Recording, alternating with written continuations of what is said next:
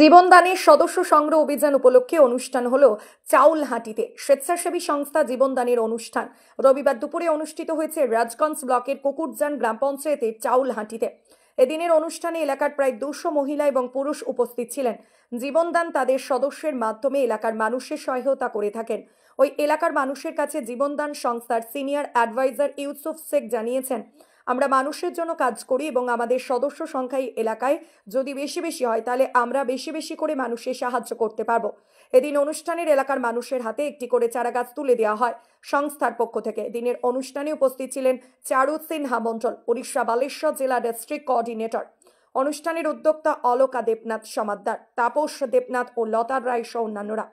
সংস্থার বিষয়ে আরও কি জানতে হলে যোগাযোগ করুন 9932364506 ও 7908364340।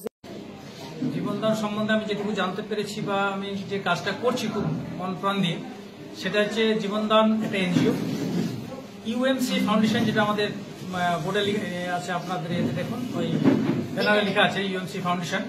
এই ইউএমসি ফাউন্ডেশনের সঙ্গে জীবনদান মানে একদম খুব লাগালাগি ভাবে যে কাজটা করছে, সেটা হচ্ছে মানুষের সোশ্যাল ওয়ার্কে সমস্ত মানুষের গ্রামে গঞ্জে শহরে গরিব বড় লোক এরকম কিছু নাই, সকলের পাশে দাঁড়ানোর এবং যে জীবনদানকে মনে রাখবে এবং জীবনদান তাদেরকে মনে রাখবে এরকম কিছু কর্মসূচি নিয়ে আসছেন।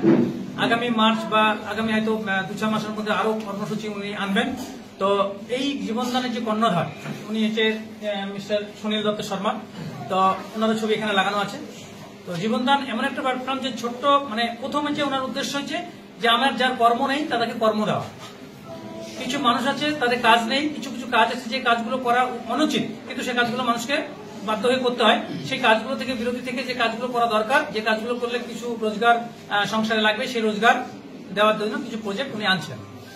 এছাড়া আমাদের যে বড় উদ্দেশ্য যেটা, যে আমাদের রাজ্য সরকার যুক্ত আছেন যে কন্যা নাবালিকা অবস্থায় যাতে বিয়ে না হয়। তো এই ইউএমসি ফাউন্ডেশন এনার উদ্দেশ্য হচ্ছে যে নাবালিক অবস্থায় যদি বিয়ে না হয় তাহলে রাজ্য সরকার যেমন একটা টাকা ঘোষণা করেছে যে 18 বছর পর বিয়ে হলে তাকে একটা অনুদান দেওয়া হোক।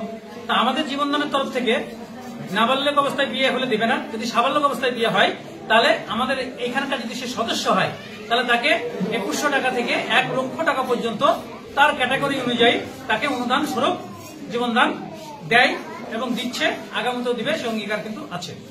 এছাড়া বড় বড় কোন কর্মসূচির মাধ্যম দিয়ে গরিব গরিব মানুষগুলোকে, যাতে আজকে যেমন দেখলেন গাছ বিতরণ করা, এরপর দেখবেন চাল বিতরণ করা, কোন সময় হয়তো খাবার বিতরণ করা, কোন সময় হয়তো স্কুলের বই বিতরণ করা, বিভিন্ন সময় বিভিন্ন রকম অনেকের হয়তো ন্যাংরা মানুষ থাকে তাদের চলাফেরার জন্য গাড়ি বিতরণ করা, বিভিন্ন কাজ বিভিন্ন সময় বিভিন্ন রাজ্যে কিন্তু ফাউন্ডেশন আমাদেরকে দিয়ে করিয়ে নেয় এবং ফাউন্ডেশন এটা খুব ভালোভাবে করতে খুব সহমত প্রকাশ করে।